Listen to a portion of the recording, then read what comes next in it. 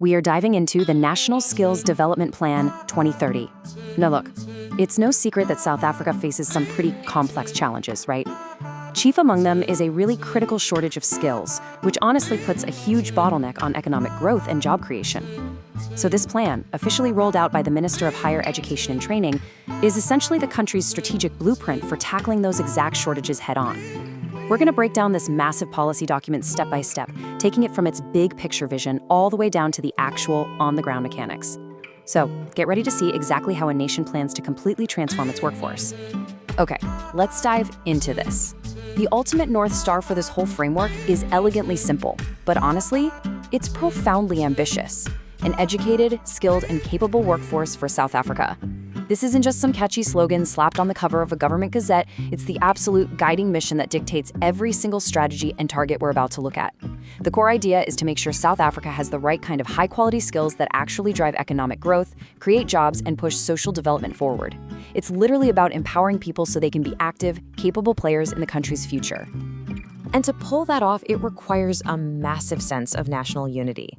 We've taken what is, let's be real, a pretty dense 40-page government document and boiled it down to its heart, a shared national goal. The policy makes it incredibly clear that South Africa has to join hands to make this work. We're talking government, business, labor, and just ordinary citizens. Everyone has to collaborate. As the broader National Development Plan puts it, our future, make it work. Making it work is absolutely a collective responsibility. So, to make our learning efficient today, we've broken this down into 5 key parts.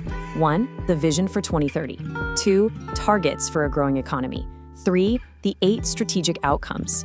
4, connecting classrooms to workplaces. And 5, delivering the master plan. Let's get to it. Section 1, the vision for 2030, setting the foundation. So this skills plan doesn't just exist in a vacuum, right? It's actually the engine for the much larger national development plan.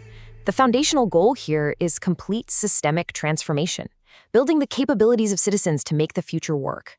The broader plan outlines 3 massive priorities: faster economic growth, better quality education, and building a capable state. By shifting the focus entirely to high-quality skills that the labor market actually needs right now, we can drive that economic growth. And that growth is what draws more people into the workforce and genuinely raises living standards, especially for the poorest citizens. Section 2, targets for a growing economy, by the numbers. Now, what's really fascinating about these next few points is the sheer scale of the ambition.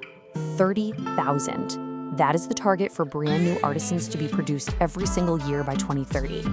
Why is that specific number so absolutely crucial? Well, because right now, South Africa's intermediate skills base is just way too low to support its economic goals.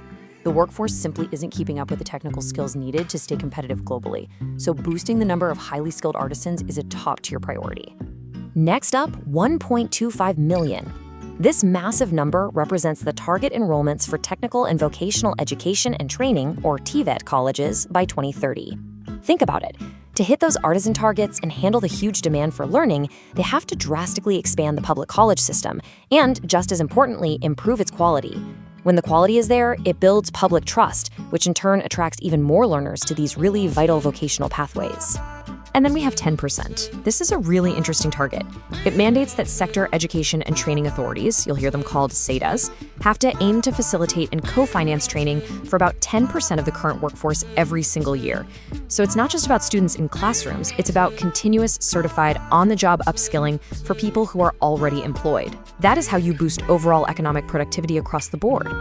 Section 3, the 8 strategic outcomes. The what? Okay, so hitting those massive numbers requires a seriously structured approach. The plan breaks this down into 8 strategic outcomes. Let's compare the first 2, because honestly, their relationship is the bedrock of this entire framework. Outcome 1 is all about identifying occupations in high demand. The plan actually dictates that a national list of these in-demand jobs must be compiled and updated every 2 years. Why? So we know exactly what the labor market is craving.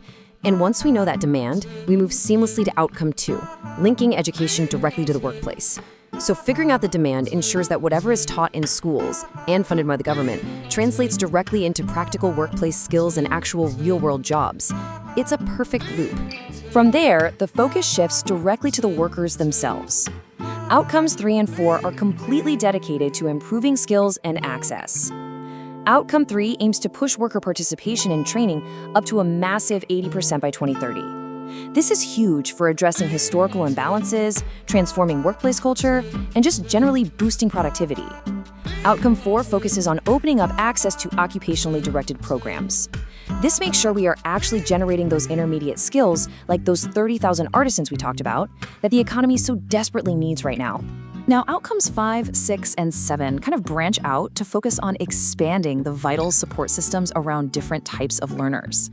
First, it aggressively supports the growth of those public TVET and community education colleges by steering more resources their way. Second, and this is great, it shifts focus to entrepreneurship and cooperative development. It recognizes that small business owners often need bespoke, peer-mentored support rather than just being handed a formal, lengthy degree. And third, it actively encourages worker-initiated and trade union training, basically leaning into existing union networks to educate workers in ways that lift up the broader economy. Section 4, connecting classrooms to workplaces, the human element. So, let's step back for a second. How does all this high-level macroeconomic policy actually impact an individual person? Well, this image of a radio broadcast here perfectly captures Outcome 8, supporting career development services. Career guidance isn't just some nice-to-have extra, it's absolutely vital. The preamble to South Africa's constitution specifically talks about freeing the potential of each person. But to actually unlock that potential, people need early, tailored career advice, like through the National Ketha Radio Initiative. We really want to avoid a scenario where young people choose a degree just because it's heavily marketed or it has easy financial aid. We need to guide them toward paths where they naturally have an aptitude and, crucially, where the economy actually has jobs waiting for them. So what does that journey actually look like for a learner? It flows in 3 practical steps. Step 1. The real-world demand is identified through labor market research by the SETAs. Step 2. Educational institutions then adjust their enrollment plans and curriculums strictly based on that specific demand. And Step 3. Workplaces actively open their doors for practical, hands-on learning. By aligning the planning and the funding, a learner can move seamlessly from a relevant classroom program right into a work-integrated learning opportunity. It totally bridges the gap between theory and practice. Section 5, delivering the master plan, the institutional mechanics. Okay, so how does this whole giant machine actually run? You've got 2 major players behind the scenes here. On the ground level, you have the SETAs, the Sector Education and Training Authorities. Their day-to-day role is to figure out the skills demand in their specific industries, steer the training supply to match it, and literally build the bridges between workplaces and schools. Then, zooming out to oversee the whole system, you have the National Skills Authority, or NSA. Their job is much higher level. They conduct impact studies, monitor how well the plan is actually being implemented, and provide strategic, evidence-based advice straight to the minister. Just to complete the puzzle here, let's look at the key funding and quality partners. The Quality Council for Trades and Occupations, the QCTO, is the watchdog. They make sure the actual standards of these qualifications are top-notch. Then there's the National Skills Fund, which acts as a catalytic financial engine specifically aimed at vulnerable groups, the unemployed, the youth, and those not currently in any kind of training. But honestly, none of this works without that final point, the social partners. Business, labor, and government absolutely have to collaborate. Real, on-the-ground implementation is the true hallmark of this partnership. And that brings us to the end of our explainer. We've covered the massive national targets, we've walked through the 8 strategic outcomes, and we've peeked under the hood at the institutional mechanics of the 2030 plan. But at the end of the day, when you strip away the government acronyms and the policy jargon, this entire blueprint is simply about freeing human potential to build a better, more capable nation. So I want to leave you with a thought, something to really chew on. In a nation striving to build an educated, skilled, and capable workforce, how are you going to embrace your own potential by 2030?